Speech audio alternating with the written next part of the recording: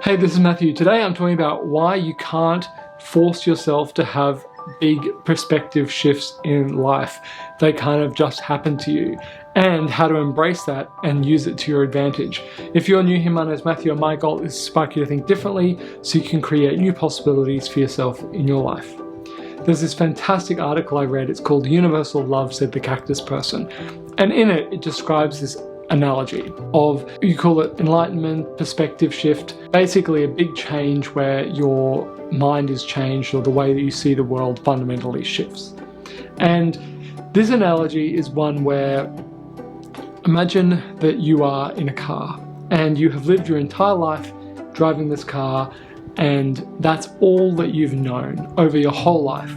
And you've driven all the roads, you've gone on great adventures, you have a good life, and everything in your life is limited to this car. And then one day someone says to you, hey, did you know that you can go other places, new places, different places, if you get out of the car? And you go, what? Out of the car? How do I do that? And they just go, well, you just have to get out. There's not much else to it. And so you start pressing the buttons on the dash, you start looking for, maybe there's a trigger somewhere that pushes me out of the car, that gets me out of the car, and you just can't figure it out. It doesn't make sense. It's just not in your worldview at all that this is possible. And then you see people who are not in the car and you think, how the hell did they get out of the car? What is this all about?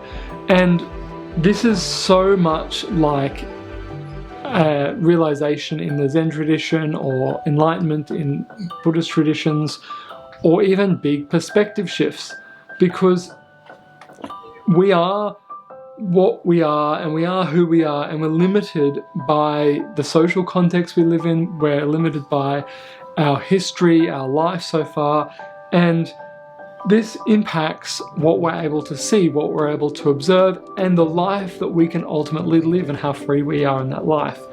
The question is, how do we get out of the car? Because we can't just do it. We don't know how to, we don't understand that there's a way to do it. It's just, it just doesn't make sense. And in the Zen tradition, the answer is pretty straightforward. Come and do lots of sitting, and listen to the teachings a bit, but mainly do sitting, and eventually you'll just find yourself outside the car, and it's kind of, you'll just wake up outside there. It's a gradual process, but you'll eventually wake up and you'll be outside the car. You'll be free from that. I think this says a lot about the way that these big perspective shifts happen, and the way they work is that we need to expose ourselves to circumstances where they're more likely to happen. If I watch TV every day and watch the same TV shows, it's very unlikely that I'm going to have a fundamental shift of perspective. The way I get those shifts in perspective is by exposing myself to other people, other circumstances, other groups, like the Zen group, for example, that are able to see the world differently to the way I see it. And through that exposure and being around them and the time it takes, I'm able to shift and see something different. And it may take a long time. You can't rush this perspective shift. If you decided that you're going to get out of this car, maybe it will take you 5 years to work out how to, or to try everything and eventually suddenly fall out of it. Whatever it is, it's probably going to take time. But that doesn't mean that you can't have quick shifts. There's certain programs, for example, the Mankind Project's New Warrior Training Weekend, and that has a bunch of shifts built into it. They're designed by people who've had them themselves and have worked out a way to give them to others through formula. And it's kind of similar to what we do in Rites of Passage programs. We work out how we can create an experience, and we know that experience will have a particular impact or effect. And so if you go in one end, you're going to end up with that realization. And these are really good, but they are still somewhat limited. A lot of the most powerful realizations take a lot of time, take 1 year, 2 years, 5 years. And it's a big difference between just having a realization and being able to actually actualize it in your life.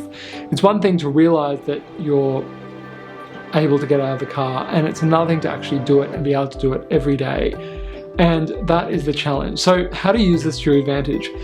If you want to see things differently, go and spend time with people who are able to see it like that. Expose yourself to those people, expose yourself to those circumstances, and have realistic expectations about how long it's going to take. By giving yourself the time, you're going to allow yourself the possibility of having them. But if you go in for quick, it probably won't happen. If you'd like to hear more from me, you can subscribe to my email newsletter. It's linked below, or subscribe to this channel. And thanks again, and until next week, the journey continues.